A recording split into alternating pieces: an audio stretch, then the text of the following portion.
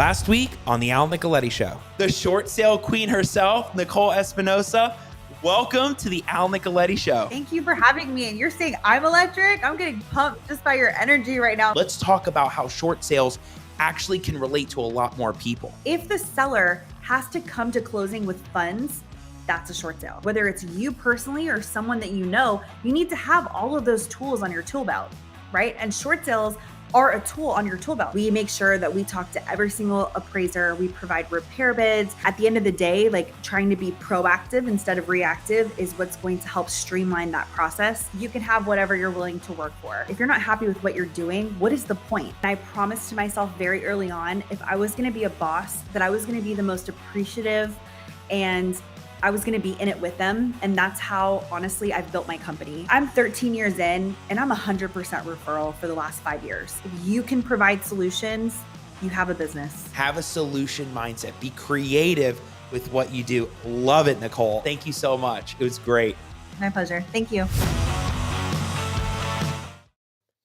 Whoa, welcome everybody. Wednesday night, 9 p.m. Everybody, it's the Nicoletti Show. Again, another week. I don't know if it's just me, but it's another week, another Wednesday, and the month and the year is flying. So everybody, welcome to the show. If you want more content like today's episode, make sure you go check out the YouTube channel under Al Nicoletti, the Facebook business page, the Al Nicoletti Show under iTunes, Google Play, and Spotify. All three. Definitely go check it out there. And all the micro content, whether it's on the show and all the amazing guests that are on season 1, season 2, season 3 on the Al Nicoletti Show. Check out Instagram at Attorney Nicoletti. Got everything there. Boy, you all are in for another treat, another special episode on the Al Nicoletti Show with Philip Stecco and Gabe Bodner from the Florida Title Group. We are going to dive in on everything title, lending, and all the weird and different in the wild world of Florida title and everything that you got to get into. So, you know, I all have my introduction. I hope you stay tuned. Get your pad and your pen and start taking some notes on this stuff. Ask your questions away. We want to hear all your questions and what you want to know when it comes to the title world, because we're going to ask it live. Gabe and Phil are going to answer them live on air. I love the fans when you all participate. Everybody gets down in it. Everybody comments, asks questions. We love to know who's watching the Al Nicoletti Show. So without further ado, we're going to do this whole thing. So hey, everybody, my name is Al Nicoletti. I'm an attorney here in Florida, and welcome to the Al Nicoletti Show, where I bring on real estate super investors, rising rock stars, movers and shakers, and leaders of clubs in their community that educate, entertain, and inspire all things on Florida real estate and beyond, things that you can apply in other states, whether you're in Arizona, California, Ohio, other states where you can really issue spot some of these things. Like what the guests talk about, you can really go, wait a second, is this in that state? Where do we find this? Or who are those go-to people in that state that can really help level up our game in what we're doing in those niches on how you could take your company to the next level, all your real estate to the next level. Ask me how I have this much energy on Wednesday night at 9 p.m. after so many consults today. I have no idea. I'm like ready to go, ready to roar. I've told people before, and I see Gabe and Phil backstage. I've told people before, I wouldn't be surprised if it was 3 a.m. and I could probably still do this. I think I've tried that before and it still works. So I got some really great special guests on this episode today. Gabe Bodner and Philip Stecco from the Florida Title Group. We're going to dive in on all the crazy, weird things in the title world. And we're going to talk about how new wholesalers really get in the game and what they've seen on their end. They're going to talk about the short-term rental market, really things that matter in loan and in a certainty of closing, collaborations and partnerships, and why it's so important when you bring people on with different unique skill sets. It really helps mesh and make things more smooth in the business. And we'll talk about things, private lending, fix and flips. Like I said, we're going to get into a lot of different things on this. But the big thing is Gabe and Phil, they're the triple threat. They're the triple real estate ninjas, but they're the triple threat because they get in title, lending, and all the crazy stuff that you see in that world and all the creative problem solving that you see. So we're going to talk about things that they've seen in the way, what it takes to be a great leader in this industry, and really helping pull investors and real estate professionals across that finish line to get their deals done. Are you ready? Are you all with me? Let's see. Everybody's on right now? Okay, so let's bring them on. Without further ado, Gabe Bodner, Philip Stecco. Let's go, guys. Look at this. Gabe's at the pool. Philip's on the dock right now. I love this. What's happening, guys? We're hanging out. It's a party. It's definitely a party, Al. I love it. You guys are awesome. Before we jump into anything, it's always interesting how some guests find me or we really connect. And I got to tell the story to the audience. So I'm at one of the trade shows in Palm Beach. I had no idea who was going to be there, what to expect at this trade show at the Palm Beach RIA. And I'm setting up, and this guy is like beelining straight to my table.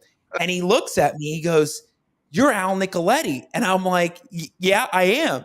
He goes, "The Al Nicoletti Show." And I said, "You got it." And then that's when me and Gabe really hit it off. And he was telling me all about it. He's seen the show. He's seen me. And I was like, boom, got to have you on. That's huge right there. I love meeting him. And then Phil came right after that. So these guys are special. I want you to really get into it and help the audience really see what's going on in this title world. So guys, tell us the backstory. How did you guys get into this game? Title. All of a sudden, did you just jump into it? Or was it like a whole progression over years? How did you start? No, I think like everybody, you got to just jump in head first. And so I started my career in 2007, started as a divorce lawyer, working for another big divorce lawyer in Miami, and just could not stand that type of work. And I always had a passion for real estate, but the market was, completely in the dumps. So I ended up just deciding to go out on my own, hang a shingle, and, through groups like BNI and networking in general, I just started building up a practice. But I remember the first closing I ever did was with this Australian Olympian, and we did it on a Sunday in my office. There was no air conditioning. My first closing took like 4 hours, man. The poor guy didn't know what the hell he had coming to him. So, I think like everything, you just jump in and you learn it the hard way, and you just, continue to grind and figure out what works, and, and use expertise, and that's helpful, do in their investing career. We've learned a lot of the hard lessons ourselves. We've got a lot of experience. And so I wish there were guys like us for investors back then. And I think that we were really at like of, like the wholesaling and everything else, because a lot of that started to develop as private lending became more available, right? Getting away from mom and pop shops of private lending to, more of these institutional companies where all of a sudden he just went totally off. And he what he wanted to say was, "Phil, it's your turn. Let's hear that story." I'm sure he'll be back. Well, I opened my own. Oh no, he's back. But I opened my own practice many years ago, back in 2014, and I didn't start off doing title. I was doing what's known as threshold law, which I'm sure Al's aware what that is. But for anyone who's unaware, it's whatever crosses the threshold, that's the law you do. So whatever problems people came to me, I try to find a way to fix it. And a lot of what people would come to me for is foreclosures. So if the issue I started running into is that they didn't have any money to pay me. So I had to find another way to monetize it. So I started looking at title, and that's how I got involved in it. And then I just kind of took off with that. That became everything I was basically doing. Help family and friends and stuff with little problems here and there. But mostly it was like 95% title. Yeah. So everybody knows Gabe and Phil are attorneys in Florida. So, their journey even to that is I'm sure a story in and of itself. But, having gone through what 08 and the whole foreclosure era, and then what did wholesaling really pick up in kind of 2010 to 2020, like right in there, there was a whole transition that you all seen in the real estate world. How's that journey been like, not just doing the title, but being the attorney side and seeing that world as well? I think it's been an adventure. I mean, I think Phil and I come from it from a little bit of different angles. Like he was working more on foreclosing people for the banks, and so it's really cool that he comes with that experience. And I worked on it more from like negotiating short sales and trying to help people buy REO properties from the banks. And what's actually crazy is that a couple years ago, before we started working together, I saw like a property that I was trying to get from one of the investors that I was working in, and it ended up that Phil Stecco was the attorney on the other side. And so That's like the like, first time we spoke to him. Yeah.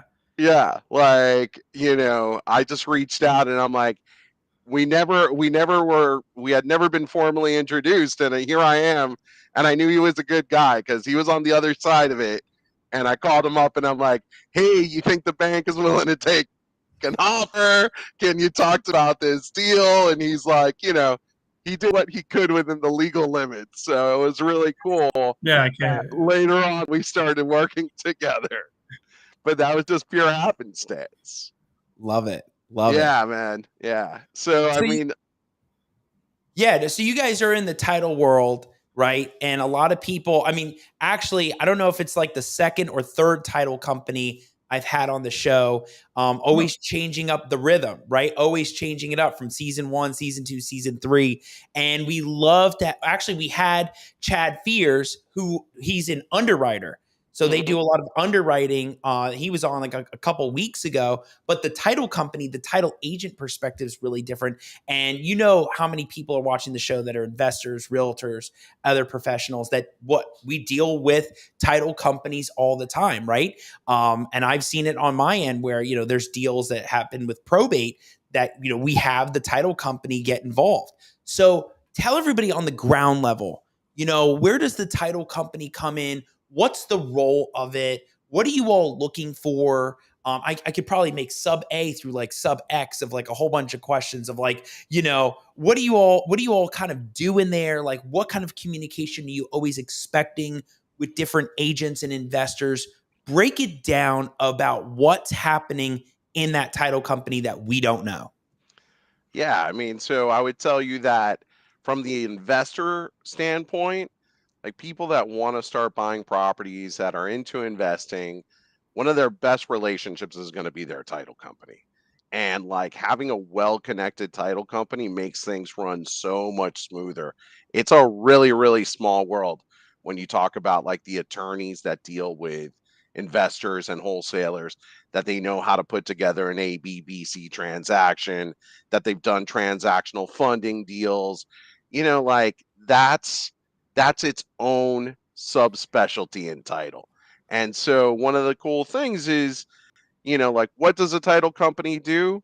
Well, a title company at the base level, what they do is they run a title search, which is all of the historical public records, your mortgages, your deeds, anything recorded in the public records. They run a lien search, and a lot of people confuse why you do both. That's important to understand is, so when the title search searches his like lien search checking things like open permit violations that haven't been recorded yet in the public records, so things like that, in like utility bills. What's cool is if you work with the right title companies that are investor friendly and that understand the private are out there, you're going to understand that these guys, or guys, operate at a different level. They understand, hey, something that necessarily issue in the lien search that hasn't yet been recorded in the public records, you can still close. And that may be very acceptable to the private lender, right? Because we're, as investors aren't buying perfect properties. They're buying properties with hair. They're buying properties with some sort of, like, the best deals are the problem deals. And I joke around all the time. I mean, I've done it from all different angles. I've bought, fixed, and flipped. I own Airbnb properties. So like I really relate to those investors. And I could talk their lingo and get down and dirty with them It's like, guys, there's, if you're not working with the right title people, you're just getting burned, like you're just not getting the deals that you need to get done. So it's so important that you align yourself with the people that really know what they're doing in private lending, in title, in insurance. And that's why we call ourselves the triple threat, right? Because we do all those three things. We have privatelender.com, which is its own story about how we got that name. But, privatelender.com is our baby. We love doing private lending. And then obviously we own a Brightway insurance franchise. And the triple threat is being able to use those three separate companies to like complement each other, helping the investors out to get deals done. So it's been a journey, but a lot of fun. Yeah, and I really love the creative title side to things, right? So sometimes, or many times, the messier deals are the better deals, right? I've seen them when they're really messy, but they're the biggest spreads. And Phil, like, tell us, like, what have you seen on your end that's either come through lately or that you see as like a hot topic kind of thing that keeps rolling in as investors keep finding this kind of issue, this issue, and you're finding a way to solve that problem and overcome it, right? A lot of people may see a foreclosure that's still maybe it was satisfied, but now it's missing the satisfaction that needs to be there. So, you got to overcome those issues. Or maybe it's an IRS lien or overcoming an issue with legal descriptions. What are some of the things that you're seeing that you're using that side of the creative to overcome? For those types of issues and those types of things, it's mostly a lot of legwork, but you have to have people that are competent to do it. And not every company can really handle certain types of transactions. The things that we're seeing a lot for investors is more difficult transactions where you'll have kind of multiple transactions kind of happening simultaneously. And then you'll end up having, one party on one end and the other party on the other end aren't supposed to really be talking to each other. And you don't want you as an investor that's maybe in the middle, you don't want the other parties kind of knowing the spread of what's going on there. That's like the biggest issue and thing to get around and wrap your head around, is to have competent staff and processes in place that are going to facilitate that to be able to help this to happen, because you also have to coordinate so many different things. You have to use things like advanced software, advanced communication systems. There's a ton of hacking and fraud.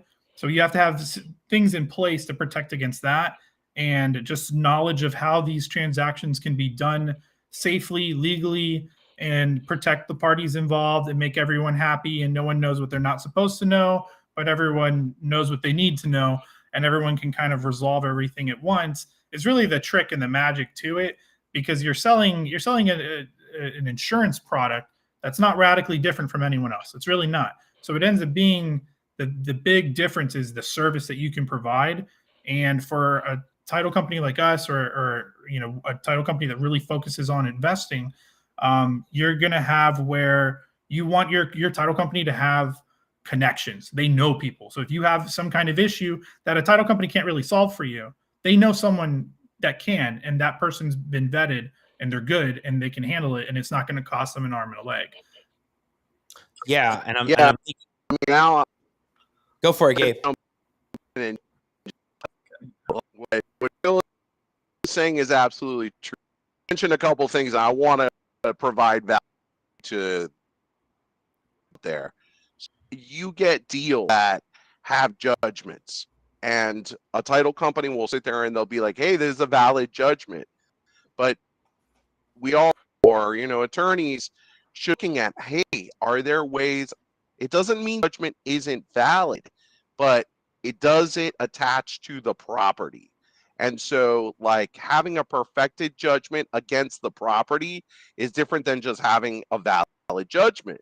So, like, all the time, I'll get phone calls from other, that were referred to me, that were working with some other title company. And they call me up and they're like, hey, this is a situation. I got a judgment. I have an IRS lien. I've got something in title that popped up. Do you think you can close it? And I'll take a look. And sometimes I'll be like, man, this judgment's expired. They ignored that. Or like there's, a rule that says that basically if the judgment creditor uses the care of address of their attorney, it's not a valid judgment that attaches to the property. It's a valid judgment. They could still enforce it. They could do whatever against that seller, but it doesn't attach to the property, allows the property to sell. So, it's like those little tricks that I don't think everybody knows. I mean, honestly, more so this is a crazy number that I learned from one of my underwriters.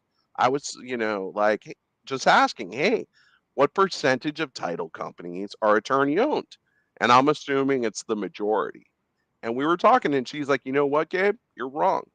50+% of title companies are not attorney owned. They don't have any attorneys there.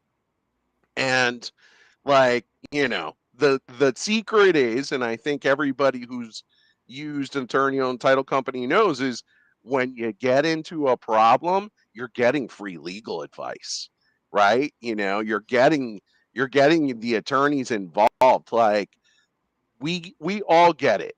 Most of the time, there's a paralegal that's in charge of your file, and you're like, oh, well, what's the difference between using these guys that are attorney owned versus not?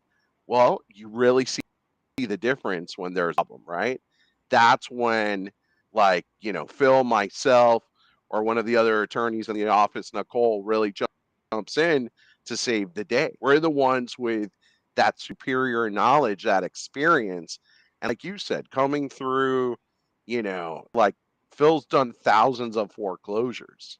He's got insight from the bank level, like representing all those banks about what happens. And like, I come from that side of, wow, we've been doing private lending since 2010. We've been doing, like these challenging investor focused deals. And it's been really cool. And like you said, I mean, I've definitely come across some really funky deals where like we've pulled title and the bank decided to, it was like going to be a short sale. The bank decided to satisfy the mortgage. And all of a sudden, my seller had a windfall. They thought they were doing a short sale. They thought they were going to end up with nothing. And all of a sudden, it's like, no, the bank just literally walked away and they made money. So pretty cool stuff happens. Crazy. Yeah. I mean, I've seen so many things even in the last 3 years with overcoming like IRS issues, right? What do you do in those situations, right? What happens when the lien is on that property and it's not coming off, it's not expired? Yeah, I mean, so often it's one, we always check to see if it's a perfected lien, right? And depending on the size of the lien, that's another factor. Again, like one of the things that Phil brought up is being able to push your under. Done so much business with our underwriters, and we have a good relationship with with these people. I mean, I consider them friends, like the people in charge of these companies.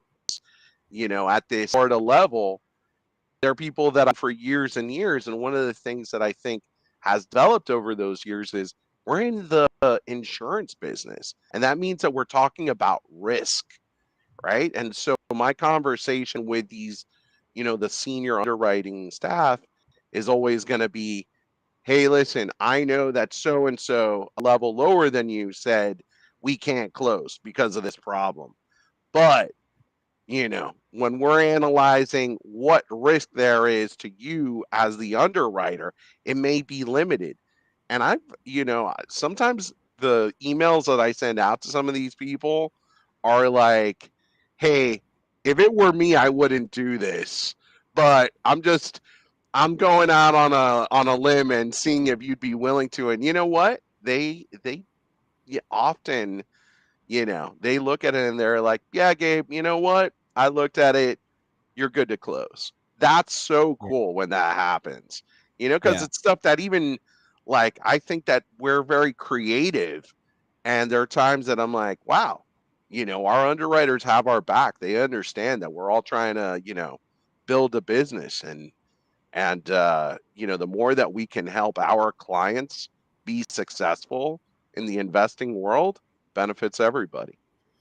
Yeah, no, that's awesome. All of that knowledge is huge, right? To be able to help and overcome that. And even going deeper, Gabe, Phil, either one of you, understanding that the title company is just the agent. The underwriter is the one calling the shots on the insurance side of it, right? So just like Geico, Allstate, Progressive, in the title world, we have Alliance, Chicago, Fidelity, and they don't want to take a risk if something's weird, right? If all of a sudden something may not be satisfied, or maybe there's other heirs out there, they don't want to take that risk, so they want to make sure these things are tied up in a pretty bow and done.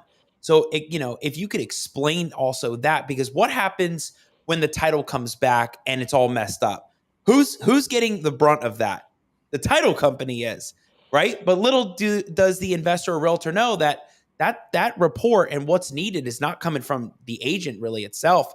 It's coming from the upper office that's calling the shots. So explain that too, because a lot of people don't seem to also see both sides of that. So typically you'll have the search. The underwriter wants to know, what's the title issues on there, and then they're going to have a commitment, and it's going to have a list of issues that they want resolved and fixed before they're going to insure it. And if they are not fixed, they're not insuring those items, or they're just not going to. It's not happening. So what ends up happening is, whose job is it to run around and make sure all those things are taken care of? It's our job. So then whatever it could be, it could be like a judgment like he's talking about, and they see it and they're like, hey, we don't like this thing. It might mean that we need to, Gabe or I or one of our other attorneys have to look into it, see how valid it is, and then go back and argue with them and say, hey, it's really not valid. You don't have to worry about it. Can you just remove it? And then they'll kind of triple check it. And all right, fine. If not, there could be other solutions. But the way that you fix things, it could be something as simple as an affidavit. Sometimes things do need to just be paid off, and that's always okay when it happens. But sometimes it's weird stuff, like you need someone to sign something weird, or go to a particular office to get some form filled out and to remove. It could be like something to do with construction, but it's not a lien really, just like an open permit and it never got closed. It could be random things like that. But the people that are like typically going to create those documents that need to be executed, that are going to be calling these places to see, hey, what will you accept to remove the lien, please? Or dealing with this underwriter who, obviously doesn't want to take on a bunch of risk. So their first response is going to be the strictest, which is like, no, all these things need to be satisfied. And then sometimes it's not really an issue and you can kind of go back and argue with them. But that's all the title company. It's your title company. Those are the types of services that are involved with the settlement. What, Al? I want to tell you from an investor perspective, like the dirtier the better. Like sometimes, we got to remember that, because that's the crazy thing. Like I would always tell people, hey, $1 billion. The real question is there something that you can do about it, right? Like, so for example, Phil might be representing a bank. His past life, well, it's $1 million relation, but it was there's a foreclosure. You know what? I go back and fix the problem and wipe out the violation, right? But I could use that against seller and be like, oh, I'm good. My client's hundreds of thousands of dollars remedying this. You got to sell it to us cheap. And by the way, I've had those negotiations. Like I've had properties where, very cold out there. We're trying to go these REO properties. Right? More knowledge, like have somebody that's done at the gritty side, that's so incredibly useful. So I'll give you a great example. I had a client, he was trying to property for, like it was 150 or something like that. Well, I call the REO. He's like, hey, I need you to jump in here. I really want this property. This is perfect. So I call the REO agent, and I give my in this deal. Like, we're not playing out here. This is a real deal. Like, you don't normally get the phone call from the attorney. And in his notes on the listing, and this is what I used, to get the deal done, is hey, the city is requiring a hookup to the public water lines, right? To public water, to the city water. We went back. Listen, I know you're 50,000. I'm getting offers all over the place, but this is going to be a fortune, right? And like, I ended up working with my investor. He started like showing quotes or whatever. Ended up stealing that deal at $90,000, stealing it. And whatever he told the agent, I mean, I think it cost him $5,000 to hook up to the. What a for all kind of seriousness. Like, we're the guys. You get me on the phone. I joke around. I tell people all the time, I'm the shyest guy in the world, and I have no like hobbies. My wife's is always joking around. She's like, I met her hobby is making money, but like, there's a big game on tonight. Here we are together now. Like, we're not that's here together. Yeah, you're shy. I doubt that. Well, I'll tell you right now, I love real estate. Like that, the triple threat, the real estate ninja.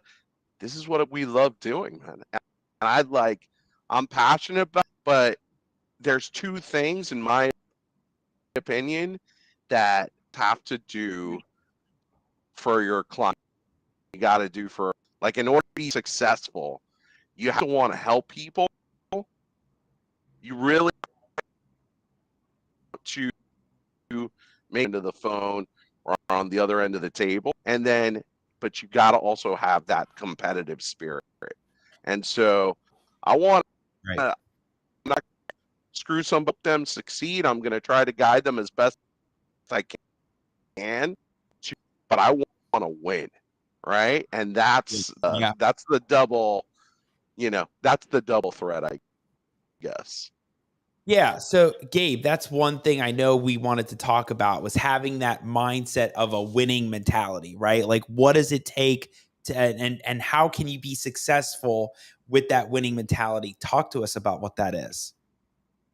Listen, I've worked with wholesalers that started from scratch, and I've worked with a lot of, I think that, people that need to come to stages.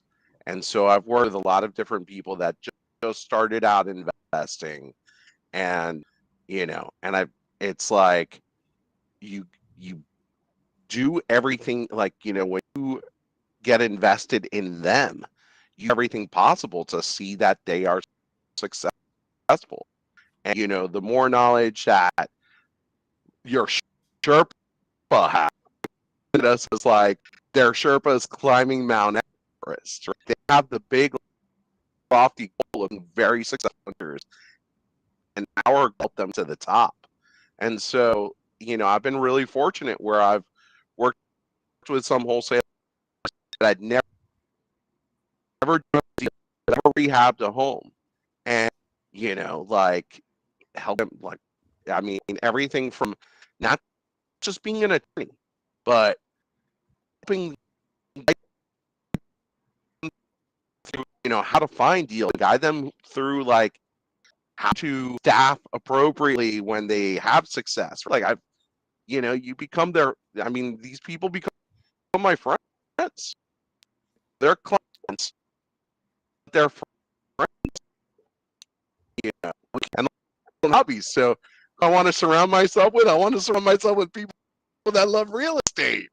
So it's been quite a journey. And I remember one of my close friends uh, he said when I first met him at one of his events, we're sitting around a table and we're learning about private lending, and he's in my group.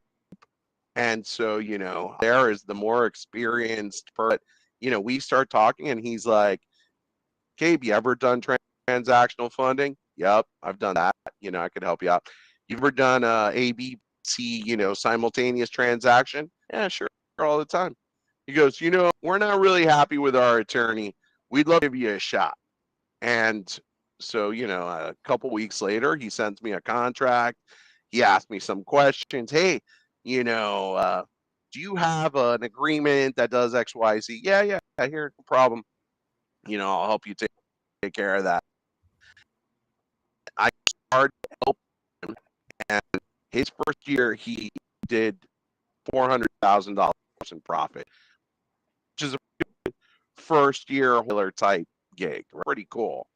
And I remember, and he only grew from there. And then he started growing a team a couple years later. Now we're close friends. And then a couple years later, he's talking to me and he's like, yeah, man. And remember, did my first deal? And I'm like, what? What are you talking about? Like, you came to me as an experienced wholesaler. Like, we talked, we met at the table. You were pitting me up against the competition, making sure you weren't happy with the attorney that you were working. He's like, yeah, that was all live, man. This was my first deal ever. I just conned you into my attorney. So, Nice. yeah, I've quite a few experiences of, these investors that have come to me, and it's really cool to be a part of their story. Nice. And this is all great, right? This is all the mindset and really understanding what you need to know in the industry and building that experience up, right? It's all about experience and getting your feet wet and all these different things and having the right people that understand this in your network, right? So, a hot ticket item right now that seems to be popular among a lot of wholesalers and a lot of the investors that used to do buy and hold are the short-term rentals, right? Which is a hot thing right now. So I'm seeing that more in a lot of the Jacksonville market, but I'm sure you're seeing a lot of that down there in the Tri-County about, people that what happened, the pandemic, right? A lot of people were used to doing buy and holds, but all of a sudden they changed strategy, maybe do short-term Airbnb, or maybe now it makes sense in the neighborhoods that you thought were going to be maybe you wanted to wholesale out. Now you want to do short-term rentals. So Phil, Gabe, you take it away. What are you seeing in that market? What makes it so amazing, and why do you love the short-term rentals? I mean, this baby. So I'm sorry, Yeah, Phil. I know yeah, it's your turn, but I'm just gonna tell you, I love short-term rentals, right? Hey, Gabe, let me say this. You definitely win the award over Steve Rosenberg with the internet right now. I'm letting you go, and thank goodness you haven't gone off screen, but you're doing it. You're letting you roll because Steve Rosenberg, he just froze on the screen and then he just went off. And I had a 5-minute monologue, but we're letting you go so we don't mess that internet up, and you run for it, man. So this is why I absolutely love short-term rentals. I think so, as investors, if you want to get a good return, a good cap rate, right, on your investment, you had to go to probably the neighborhoods that, were a little tougher, right? And so you're getting what I like to say about short-term rentals is you're getting South Beach returns, or I'm sorry, you're getting, ghetto returns in South Beach. And that's the really cool thing. Like those cap rates in this market too, it allows you to compete because there is a shortage. Like there is so much competition for, those fix and flip properties or for, those good deals. But you can seek out deals that make sense for short-term rental. And the reality is that, the numbers that you hear are all over the place. But that kind of at the minimum, I don't want to say what the numbers actually look like, but I think that reasonably, you're probably investor saying, hey, 3 to 4 times market rent is what you're probably expecting, at the minimum. I have a buddy who, you know, he could, he's Miami. He bought a property not in like the greatest neighborhood ever, but in very up and coming cool area. And I remember talking to him and he's like, he went to go flip this property. And I think he bought the property for 350 or 400. He put some major rehab dollars into it. He thought he was going to get he put major rehab dollars, so don't get confused here, but he thought he was going to Yeah. sell it for like $1 million or $1,000,001 or whatever the number was. And he was shocked when somebody came around and said, yeah, I'm willing to pay that. Like, it was like almost immediate. And he was like, wait, I thought I was going to have a little more trouble selling this property. I was really reaching. I know the market's really hot right now, but still, this is nuts. And so he talks to the guy who's put in the offer, and he's like, hey, why do you want this property? He's like, this would be a perfect Airbnb. Well, guess what? He didn't sell the property. He himself turned it into an Airbnb. And that market rent is pretty $5,000 a month, $4,500 a month, something like that. Get this, Al, he's making $50,000 to $60,000 a month off of that Airbnb property. That is Wow, what are we so doing? cool. Yeah, I know. Well, guess what? I started buying short-term rentals. Oh, So nice. There you go. I'm taking my own advice here and doing it. And I can tell you, like, I want to work with people like us that we walk the walk. Like, Yeah. when it's not, we're like the hair club for men, where we're not only the president, we're a customer as well. We believe in this. So short-term rentals give you superior returns. You can, I like the idea that you can buy a prize property. Like, again, there was a point in my life where I was like, you know what? I don't want to own these properties in neighborhoods that I don't necessarily want my wife or family to collect rents in. Like, but when you buy a short-term rental, you're a proud owner. Like, I started buying in North Carolina and, like, in and around Asheville, and I could tell you it's really cool to own a beautiful mountain home with a gorgeous view. Like, that's a special thing to have. Like, that's a cool asset to pass down to your kids. You wouldn't do that before. Your market rent just wouldn't cover your nut. And, short-term rentals make that all possible. I agree with what you're saying, that, the experience has changed through the pandemic, and you don't stay at a Marriott hotel. Not that I'm knocking Marriott. Obviously, I don't want to be sued here on the Al Nicoletti Show. But, you don't want to, people are moving away. They want a unique experience. If I go to San Francisco or, to LA or Vegas or what, in these different cities, you may want the local experience. You may want to stay at an Airbnb to feel like you're really part of the community. You don't want to go, it's cool. I'm from New York originally. I could tell you there are great hotels there, but it's also really cool to be in some of those neighborhoods where they don't necessarily have the big hotel chains, right? Like, so if you want to be in Greenwich Village, there's no hotels, Right. Get an Airbnb and enjoy it. Yeah. Yeah, it's a great market right now. Very hot. Everybody's talking about it. Some people are actually shifting strategy away from either wholesaling or doing the buy and holds and going more to short-term rentals. So, I mean, there's so much to talk about on there. I mean, I had a whole month last year on, like, the attorney side of it, the furnishing side of it, actually what it's like to buy it, what to look for. I mean, there's so many things in it. So I'm glad we talked about that, because that's coming up in a lot of deals. And, the other thing you brought up, Gabe, which is like such a bonus to short-term rentals, is I was on the phone with a a new buyer of property. She bought property in the middle of Florida. And I said, "Oh, so what are you doing with that property?" And she said, "Oh, we're going to do a short-term rental. We're going to do Airbnb." And I said, "Well, what are you going to do with it even after?" She goes, "Oh, we're going to keep it like that for a while."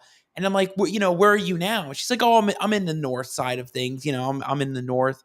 And I said, "Well, what's great is at any point, if you ever wanted to move to Florida, you could decide to just leave where you're at, stop the Airbnb, and now move into that property." So gives you that flexibility of where you want to go and what you want to do. And now you don't have a tenant that's locked in, right? You don't have somebody that's locked in a lease. So you could literally make that change like that. You could, Yeah, but you probably wouldn't want to give up the income stream. That's you're making too much money. You're gonna just buy two. So that's how that's gonna work. Yeah, you'll be able to afford a second one, so you won't care. But lifestyle, if you wanted to get away from that part of it, lifestyle, boom. Even a little, it could be a vacation home for like, hey, it's a little slow. All right, hey, we're gonna go to Disney in Orlando or something. Yeah. Al, you should be buying a short-term rental property. If we can't convince you to buy a short-term rental, how many do you have already? Do you need another one? We can help. Right, Al. You've already heard it, but we're here to tell you. We're here to help you buy your first short-term rental. You'll get one. We're gonna get you. You're gonna get your loan through privatelender.com. We're gonna go ahead and do the title for you, and we'll sell you the insurance policy. Triple threat is real. I love it. It's coming through right now. For sure. Guys, tell us about the lending. What's that side of it, right? So we've talked all about the title, the weird, the different things with short-term rentals. Talk to us about how did you even get into the private lending? What are the benefits? How does it help when you're involved in those deals away from like all the other types of loans that are out there? Like, what do you do with all this? Sure. So we own a company called privatelender.com. And I started getting into private lending in 2010 when it was more of a mom and pop type business. So back then, and I think, the way private lending has changed is really what created the wholesaler market. So I'll tell you the history of it. Basically, after, the big real estate bubble, you started getting people, mom and pop people that had cash and they were doing loans for investors. And those loans typically 50% loan to value and with 12% interest and 4% interest at the inception of the loan or at the origination of the. So that was the typical mom and pop lending. And what happened was, I think that there was this the institutionalization of private lending was, hey, these competitors started coming in from California, New York, from the bigger cities, and they started institutionalizing lending. And it meant there were more rules, but they also created more flexibility in terms of leverage. All of a sudden, you were getting 70, 75, 80, 85, 90% loan to value, depending on whether you were a very experienced investor. And so those LTVs, the loan to values, started increasing substantially, and the interest rates and origination points started coming down. You weren't getting 12% interest rates. You were getting 10s and 9s and 8s. And, the points started going from 4% origination to 3 and then 2 and 1.5 or 1 or whatever it is.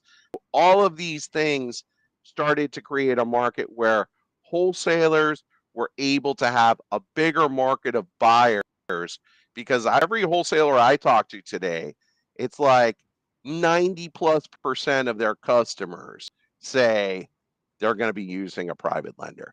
And like when I see a contract and it comes to my, I tell them, listen, why don't you call your end buyer and tell them that you work with a private lender that could offer some really competitive rates. Because what's valuable to you in that conversation is, they're going to say, oh, no, I'm buying cash. And you say to them, you're the investor, and you say, sailor, and you say, hey, you know what?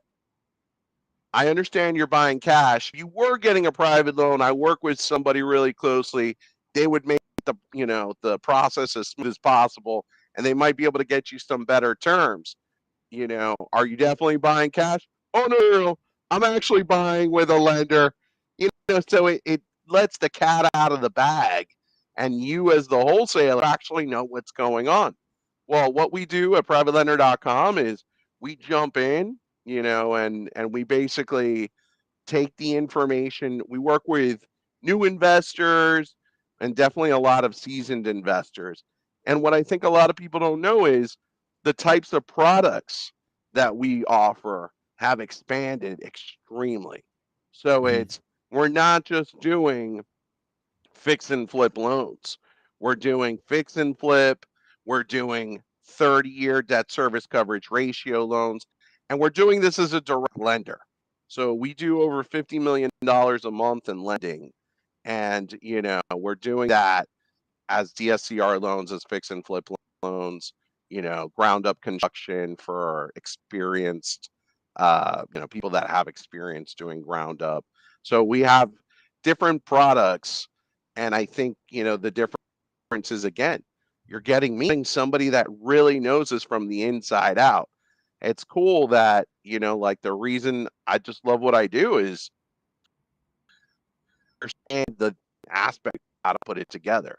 The lending, there's a lot of little tricks in that. And, it's like, for example, I'll tell you right now, like the other day, I'm looking at somebody's loan and, the debt service coverage ratio impacts their rate.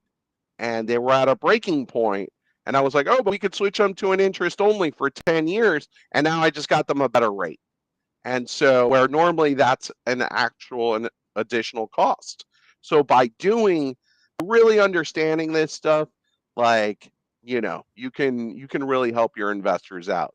The other reason that I love having the three companies together is because I always say, and it's something that Phil's got to jump in and talk about, but how do you save people money, right? That's so critical. And so it's like when we're doing these different services, like, listen, I'll give this thing away for free because it makes my job easier when like there's not a communication issue. I'm not communicating with all these third parties. It's Sure. like, if I need to get something quick, it just flows. Go ahead, Phil. Yeah, you have to realize, like, if your lender is also in a sense connected to your title company, in some senses, the communication barrier of having to appease what the lender wants and to satisfy the underwriter becomes a lot less labor intensive. So we're able, basically through bundling, we can cut a lot of the costs. It's a little secret, but you can negotiate on a lot of these fees from title companies, and that's kind of what makes it the triple threat. It's not just because we offer three services. It's because we do offer the three services. Right. The big win here is that once you bundle them together, it does make it easier for everyone involved to get everything going. And then we're able to cut a lot of the costs and extra expenses. And it just makes it so much easier that you end up saving quite a bit if you're an investor when you're bundling these types of services together. Even if a lot of times you'll have where it's like, hey, this person does a lot of investing, so they have a lot of properties. That's one way to bundle. But another way, if you're just like, hey, I'm just getting started, or I have one or two, I kind of want to get it going. If you kind of say, hey, well, my lender will be you, and then the title company is kind of related, and I also need some property insurance, so I can get the insurance. That's something that we can look at and go, hey, those things, we don't need to make the money there. We can make the money here. That's fine. We don't have to, get chased around or chase people around for anything. So we know we're not going to have all this extra costs and labor involved. That's where you really can save with people that offer multiple services. Yeah, Gabe, Phil, I got a question. So with the Fed raising the interest rates like every week now, do you think that private lending is now going to become a more competitive service now that we have these rates that are increasing? It already has. I mean, it's insane, but you know, the increase in rates starts to mean that the rates don't look that different when you're doing private lending. And and there are a lot of advantages. So like if I always tell people it's like, they'll sit there and they'll talk to me and they'll be like, in the investing world, hey, I bought a couple properties, but Gabe, you're too expensive. I'm going to go use my local bank or, something like that. And I go, really? Like they're going to put you through the ringer. We require is 10th. And like we're able to close, in weeks, not 45 days or 60 days or whatever those banks tell you to do these types of, commercial investment loans. And we offer the same products. I got a 5-1 arm.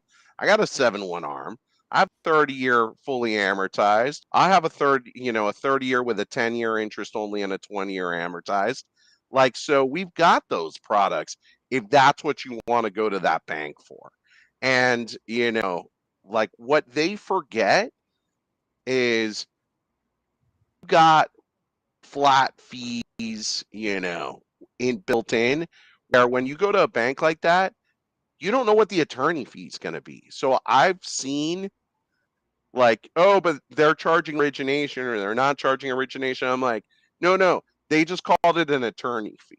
That attorney fee is double what you would pay in origination. That attorney fee, like we're attorneys here. Obviously, I'm not trying to, make enemies of my brethren, but like at the same time, those bank attorneys that they hire can be absolutely ridiculous.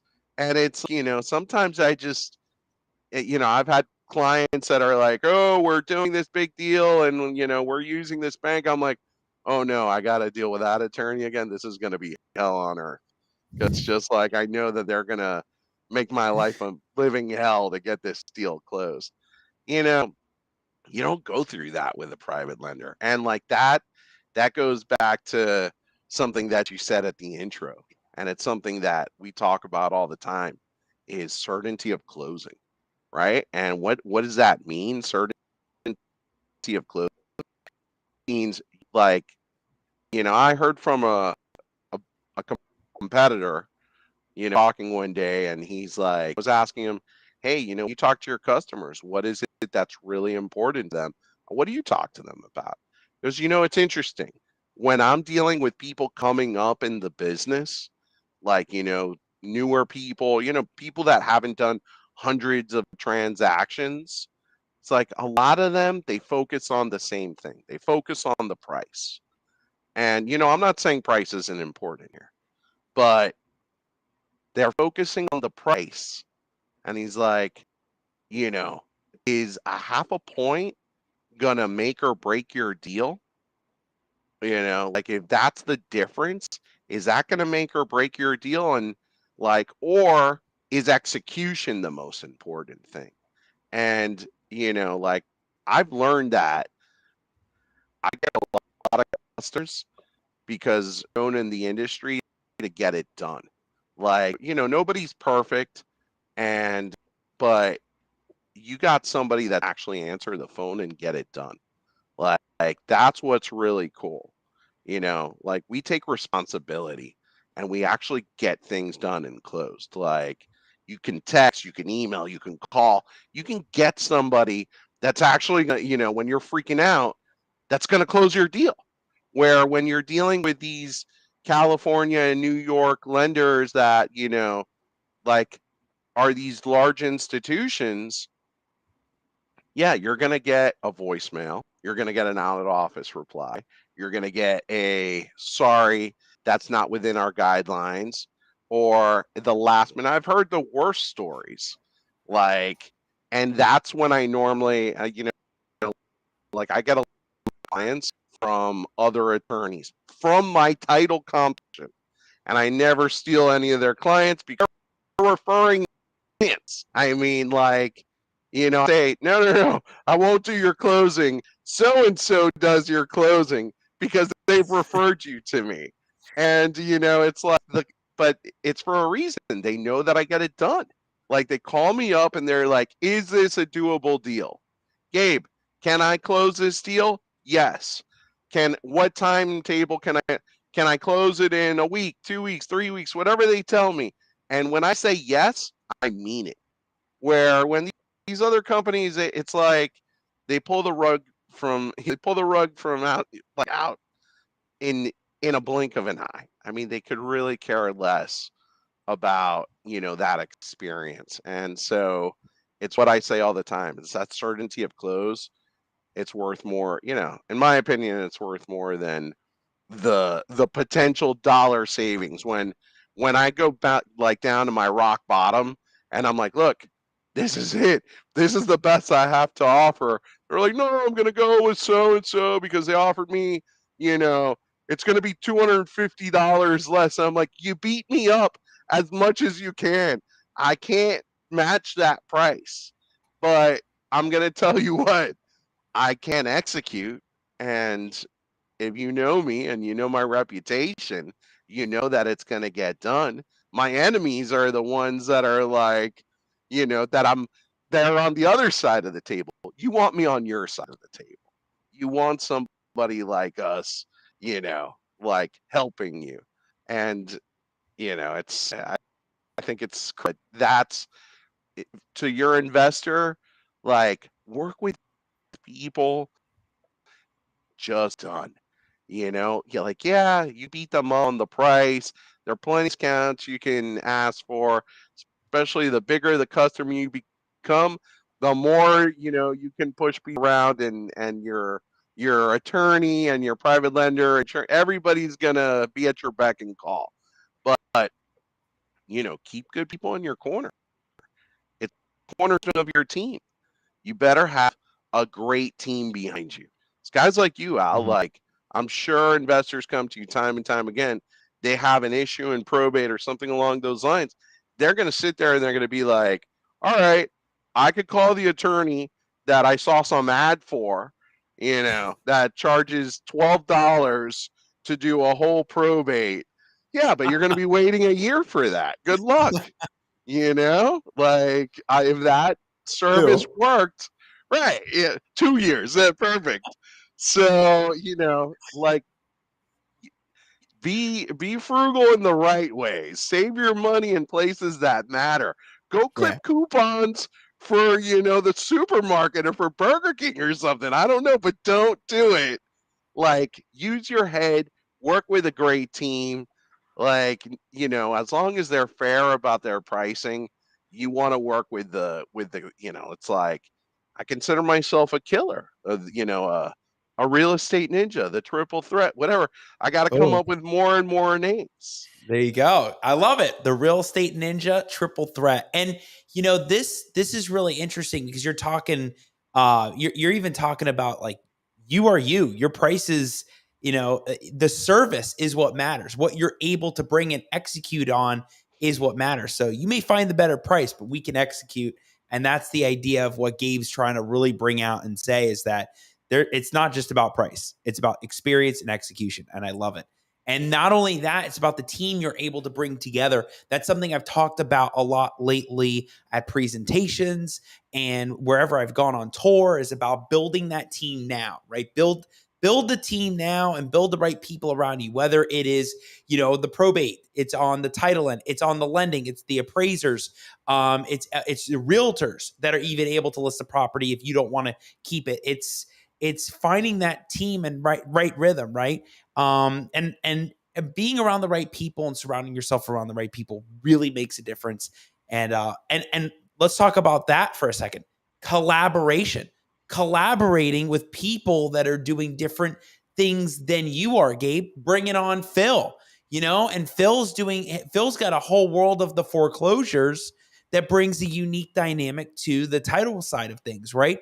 So what is the power of bringing in people that have those unique skill sets and that help level you up to that next level. Because so many people in the real estate industry are doing it by themselves, right? I even had a call today. Somebody was like, yep, I'm doing it by myself right now. I don't have an assistant because, I have to be the one that calendars, or I have to be the one that calls these people, and being the all-in-one shop. But then you bring on the right partner, the right collaboration, it makes all the difference, right, Gabe? It's the biggest mistake that I've seen repeated time and time again. And so one of the first things I think, like I've been part of real estate masterminds where I've been in rooms with tons of wholesalers and tons of real estate investors. And one of the continuous themes that you always get in those rooms is bring on help. You got to do it now. If you think, if you're starting to think that you're ready to bring on help, you're ready. Go do it. And so it's, I've told people like the big excuse I get is, oh, well, I'm not quite there in terms of volume. When you get there, you're going to be overwhelmed. You're not going to be able to handle it. So, in order to grow your business, you have to first invest in your business. And that means, and often the best resource that we can have are people. What really cool about Phil's experience, and it's one of the things that he could highlight, is, he came from a process oriented, like one of the cool things that he's described to me is, he came from these law firms that were like, these offices were the size of football fields, where, they were process oriented, like just honed in. And that's something that like real estate investor and wholesaler dreams about. So we run our business as close to that model as possible. We're big believers in the same tools. We use, Zoho for our CRM. We use Kixie for our calling. We use triple dialers. We do everything that, our investors are doing. And when I go to a wholesaler's office or a real estate investor's office, I love like talking to them about that lingo. I'm like, oh, you're using Podio? Cool. Talk to me about that. What's your experience? Like, how do you, talk to me about your team in the Philippines and how you built that, or your team in Colombia, or your team, wherever. And Phil brought that in to Florida Title Group. He brought that mentality. He came from that world, and he brought the processes, and he brought, like a team from the Philippines, and working, kind of like we really started jiving with our vision. I mean, it was one of the things that we immediately connected on was, hey, what technology is out there that can help us improve our business? It's not going to be, the only tool or the major difference, but every tool that you can do and every tool that you can bring that saves time and creates efficiency, that's huge. Like I called him at 3:00 today, and I'm like, Phil, hey, we're gonna go on Al Nicoletti Show. You ready to rock? Like, you ready to do this? And he's like, I'm just finishing up a webinar on how to, add additional fields, right? Yeah. Yeah. Our software just added a way to make kind of custom documents, which we could do before, but now they can be customized in such a way that the investor or like an end user, a seller, or buyer, whoever, they're able to I can make a custom document and have it populate the fields that I want without having to hard code anything. I can just make it within the document, and then our software now will allow us to have them fill in the fields on basic documents. That takes off a lot of work from our staff. And then there's also always the fear, right? Like if you're telling me some information and I don't get it right, and I'm the one putting it on the document at the end, maybe you don't notice it later on, and then you have another problem. So we're getting the information directly from the source in a very efficient way once we were able to implement it. But I was looking at all the new changes, so then I also don't need to find some way to hard code it into being able to do it. And it's not like it's my software that I own or anything, so it'd be pretty difficult. But things like that, it really, the technology that we have now, even now, like I'm live with you, right? The technology's out of control. I can be anywhere. I can be literally anywhere. And if I have access to the internet, and I'm here in Hawaii. I mean, what can I yeah, tell you? Look, I mean, you know, like I flew Best out to reception Hawaii ever. for this interview. Best reception ever by that pool. I'll Thanks, tell you. man. The you know, pool's behind you're- me. It's just amazing. but your team doesn't have to be where you physically are. Your team can be anywhere. That's there's nothing more beautiful than that. So it really opens it up to getting better talent, better, well-connected people that know things, people that know how to do things, people that may not know but they want to know and they're driven to succeed. Those are great qualities to find in people, and they don't have to be who you can find locally or in your backyard. You can find them anywhere. It's not so different, and that's the beauty with all the technology. It just makes it so much easier for everyone to do everything. I mean, we love tech. Like we use Qualia for our title software, and you know, I don't know which customer number I was in Florida, but I was one of the early people, and I remember just seeing it and believing in what they were doing, and you know, like I bought it and I knew it wasn't even usable. I like spoke to my rep and I'm like, listen, I see the vision. The guy's like, we don't have a demo version. I'm like, I'm gonna pay for this because I see the future. And like now it's being used by a lot of different title companies. I'll be honest with you, if you're not using something like Qualia, you know, you probably need to switch. I mean, that's the reality. But it does so much for us. Like, you know, I think that we can handle 5 times the transactions with the same staff because of good software. And so that's just like, you know, a metaphor for what we try to do. Like I'm always sitting there and going, "Hey, how can we improve our process? What can we do to fix things? How can we continue to grow?" And you know, a lot of that is now come into I've spent years and years honing it in the title business and started, you know, a few years ago really honing in at that time in the private lending business. And, you know, I ended up teaming up with a group of awesome private lenders that, you know, just were able to give me the exposure and maximize the value to allow me to do what I do best, right? And what I do best is help the customer, help the clients, like guide them through that loan process, you know, like explain to them what what are the best products, what are the best things that they should be doing. Should they be buying that property or should they be looking at something else? Like it's not just about, you know, like I've had conversations that have been tough conversations because it's like, yeah, I've run this math for you too.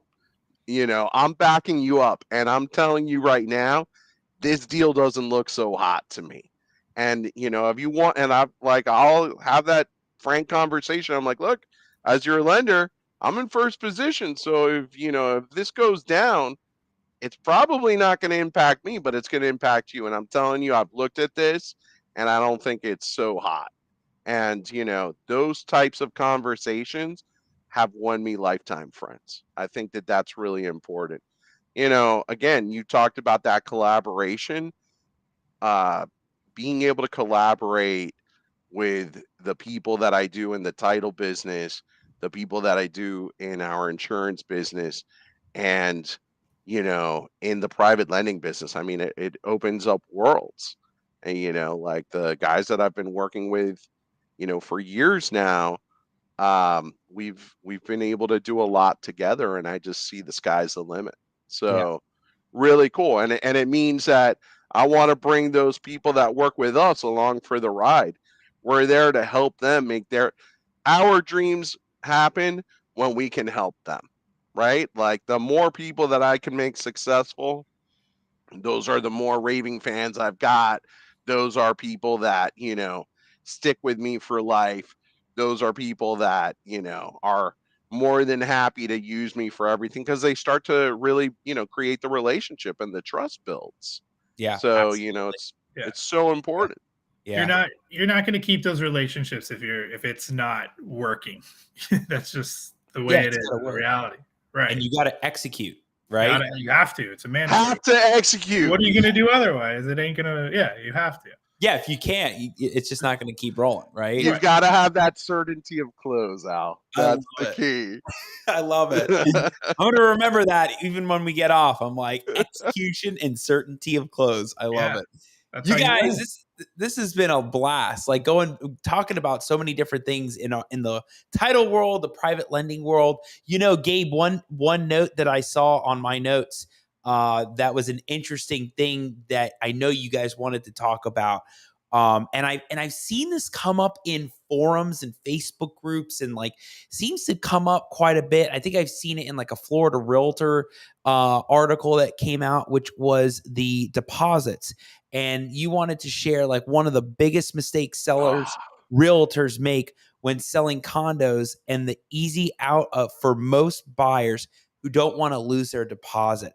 I saw that in the notes and I was like, interesting. I wonder how this is going to play into stuff that's going on. And I wanted to make this our final topic because a lot of people ask about the deposits, and if you go under contract, can they back out? What happens with the deposit and all of that crazy stuff? So Phil, go for it. Gabe, have fun.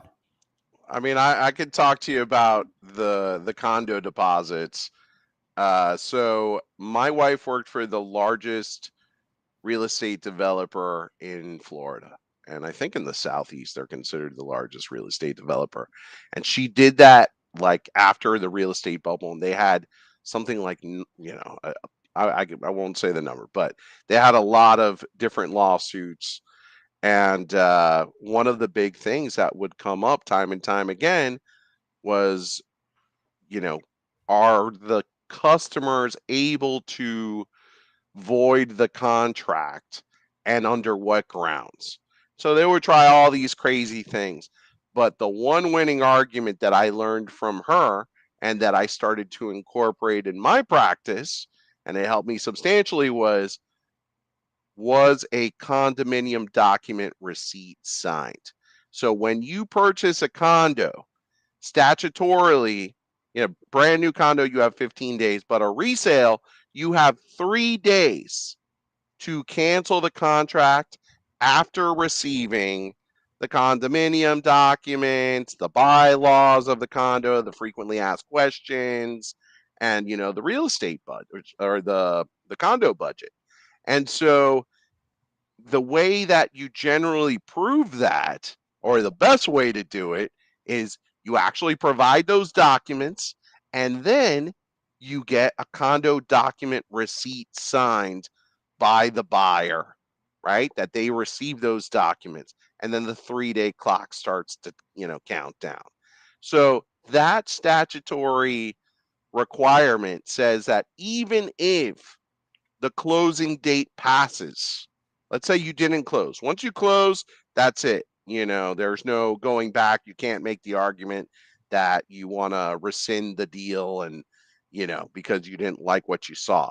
But even past the closing date, which is generally the drop dead date that you had to do something by, even past that date, you have the absolute right to rescind for 3 days. From receipt of those documents. And so what happens is I see seller realtors, they don't know this rule.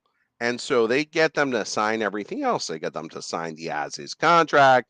They get them to sign a condo rider, anything else that they want, but they don't get the condo doc receipt signed. And they think that they downloaded the condo docs from off the official records website, the public records website. They send that over and they're like, oh, but look, I did what I had to do. I sent the condo docs because I don't know who taught them that, but that's what they believe is sufficient. And often the condo docs may include the bylaws, but they definitely don't include the most recent budget or the frequently asked questions. And, time and time again, I've even done it to some of my real estate attorney friends where I've had to write in private emails, hey, my buyer really doesn't want to buy this property, and I'm sending you this cancellation. And this is the reason, because you screwed up and your realtor screwed up and you didn't get the seller to send this condo doc receipt or to send all the required documents. So it's an easy out. And, unfortunately, I mean, it's statutory. It's like, to me, it's a slam dunk. I've had it once used against me. We still were able to close the deal. But when this attorney, it was done to me because I came in very late in the process. But when he did it to me, I almost wanted to like reach through the phone and choke him. I'm like, I can't believe you're using my own trick on me. Like, what are you doing? So, you like it works. It's absolutely something that works. And knowing the rules, like, it's unfortunate, but there are lots of people in this business that they really still don't understand what's in the contract. They really, we're specialists. I mean, we don't practice 6 different types of law. Like, this is what we do all day. We live it, we love it. Like, I'm gonna chew you up and spit you out if you're not doing this full time. I mean, let's just be real. Yeah. The dabblers get in trouble. Yeah. Yeah. And it's funny, Phil, Gabe, I actually call it the dabblers versus the doers, right? Oh, Dabblers Nice. do, right? There The you go. dabblers, they think they do everything, and then the doers really get it done, and those are the specialists in their niche, right? So Yeah. the ones that are doing 6 things, I don't know what's going on in that practice, but definitely not doing every single type of law, right? Crazy stuff. Guys, this has been a blast. Love seeing you guys again. I feel like it's been so long. I feel like it's been a year, but like just saw you back in January and we had so much fun then, so much fun now. You guys, awesome, great stuff you're able to share with my whole audience, all the fans. And, I hope if anybody dropped in late, okay, you got to go back and watch from the beginning to hear all the golden nuggets and gems that Gabe and Phil were dropping about all the things in title and lending. So, before we wrap it up, Phil, Gabe, let everybody know where they can find you. We'll put your stuff up. And also I'd say this, give them final words, final thoughts on all thing title, lending, and even mindset, leadership. Let them see that side of it. All right. Well, I'll tell you, I think it's all mindset. Success is mindset. And, it's about doing right for other people. Like, if you're an investor, you're going to win if you're creating solutions. In any business that you're in, if you're creating solutions, win-wins for everybody, you're going to knock it out of the park. And that's what it's about. We're here to help you do that. So come find us, come talk to us. We love doing this. It's our absolute passion. Like, come next time you see me at a show or, anything like that, just, hey, bring your biggest problem. We're happy to try and take a crack at it. And we think we're going to help you win often. So let's do it together. Phil, he was waiting to say that all night long, right? Like he was ready for that. I love That's it. off the cuff, man. That's off the cuff. He's always ready. I love it. Oh, I would agree with him. Mindset's very important. It's probably the most important thing. If you believe that you can't do something, you probably can't. If you believe you can do it, you probably can. And it's really that simple. And then having a mindset for problem solving is everything, because it's all these products and services for in any industry is problem solving. And when new technology comes out and it fixes a problem you didn't know you had, but it was a problem, you just didn't know it. That's all it is. So it's all mindset and just believing you can, finding problems, and then finding solutions to those problems. And that's going to change it, no matter real estate or anything else. That's really all there is to it. And once you kind of grasp that, everything just takes off. Yep. Find solutions to those things, and it really makes a difference, right? Have plan A, plan B, plan C, but focus on plan A. I heard that this past weekend. They were like, there's no plan B or plan C. And I'm like, that's interesting. Like, focus on the plan A, but have that solution mindset of what could happen in those scenarios, right? So, guys, Gabe, Phil, thank you so much for being on the Al Thank Nicoletti Show. Thank you for you, having Al. us. Yeah, aren't you so glad you just came to the booth? You came right up to the booth. We're like, Yeah. hey, it's you, So I get to meet you in person, and now we're doing it virtually. Everybody gets to see the Florida Title Group. So, if you got any questions on that all their contact info is below. We've shown it throughout the whole show. Reach out to them and get in touch with Phil or Gabe. And guys, it's a wrap. Thank you again so much for being on the Al Nicoletti Show, and it's been fun. We'll see you soon, guys. Thanks, Al. Thank you for having us. Thank you. See you soon. Good night, everyone. All right, everybody. Whoa, wow. So I don't even know where to begin on that episode because we went through so many different things on the title world, private lending, short-term rentals, mindset, collaboration, and even that bonus at the end about the deposits with the condos. If you missed any of this, go back to the beginning, start from the beginning, and watch all the way through. And you'll see Gabe and Phil. They were talking about all these different things in the title world. They are attorneys down in that South Florida area, really focusing on the weird and different when it comes to that title world, but also bring the triple threat, right? They bring the triple threat because they don't just do the title. They offer that ability for private lending and all the other services where they can tie it in a bow and provide that. So great stuff, tons of things there. Thank you all for sticking around. Wow, 10:30. I love this. The viewership's only going up as we get later in the night, and I love that stuff. Oh, by the way, everybody see the shelf? Y'all check out the bobblehead, the Al Nicoletti bobblehead. I don't know if anybody actually noticed that. I got the Al Nicoletti bobblehead right there. Yeah, let me pull it off. Let's see. Right there. Everybody see it? We're going to put that on the shelf. Oh, no, the autofocus. Look at that. That camera really focuses really well. You see it. All right, we'll put that on the shelf. Right there, just making sure everybody can see. We got so many things on the shelf. Look, if you go back to the episode, I don't even know what episode it was, back in like May, maybe Hive Mind or the Hansons for sure, because there was the plant and the violin. The plant was like dying at that point. We needed to do a probate on it. But like the shelf has totally blown up. Everybody, so many guests and people that have been on the show. You guys got to check out all these amazing guests that have been on the Al Nicoletti Show. And I will say, I love the fans. Robert, thank you so much, man, for all the comments and all the emojis. We love the Al Nicoletti fans that are watching the show and participating, commenting. And again, like I said, if you missed anything, go back and watch. And next week, we have Bhaskar Pandey.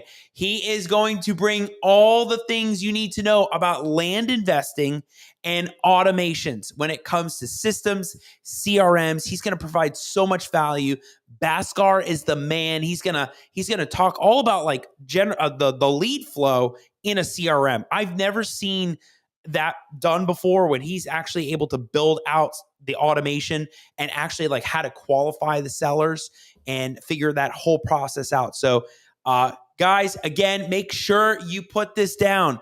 9 p.m. Wednesdays. That's the Al Nicoletti Show time. So we don't want you to miss it. 9 p.m. on Wednesdays, Eastern, because I know we have people like all over. We have people in California now and in Alabama and Georgia. People are watching all over. So, and again, for more content, you got to go check out the Al Nicoletti YouTube channel, the Facebook page, the Instagram, the Google, the Twitch. I don't know. There's so many different places you can check out all this content, but you got to go check it out with all the micro stuff that's dropping. And of course, check out what's happening on the tour. So I was just at the Marion County RIA, the TB RIA recap just dropped. So make sure you check out those videos of what's happening out there. And everybody, get involved. Go network. Get involved. Get with your people. Always build more relationships out in that world.